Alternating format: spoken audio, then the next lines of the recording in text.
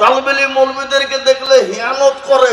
আমি তাদেরকে বলবো, বন্ধু তুমি একটা কথা শোনো, যে ছেলেটা 30 পারা গোটা কোরআনকে সেনাতে রাখতে পারে মুখস্থ, তো তার দ্বারাতে ইংলিশে কথা বলা কি অসম্ভব আছে কিছু?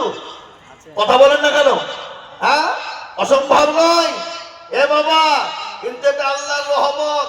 যত গভেট মার্কা ছেলেদেরকে দেয় মাদ্রাসায়, মারামারি করে, লড়াই করে, কার কাছে রামকালি নিল, তার সঙ্গে ঝামেলা বাঁধিয়ে দিল, কার চুরি করলো, কিন্তু এটা আল্লাহর পুরো কুদরত রহমত বাবা।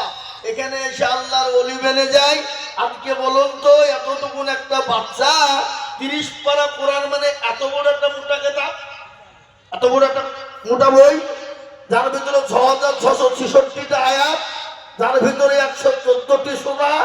এ বাবা, আল্লাহু আকবার, কতগুলো কোরআন যে একটা মুখস্থ রাখতে পারে কি চারটেখানি কথা।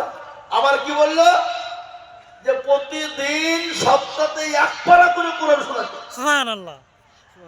আর আমাদের দেশের চাচারা দাদরা ওই আত্তাহিয়াতু একবার বলতে গেলে 5 বার ভুল হয়, ইন্না তাইনা কুল দেখা যায় 20 বার ভুল। হ্যাঁ, এটা চারটেখানি কথা নয়। আজকে দুটো কথা আমি আপনাদেরকে শোনাবো, তো একটু দয়া করে মেহেরবানি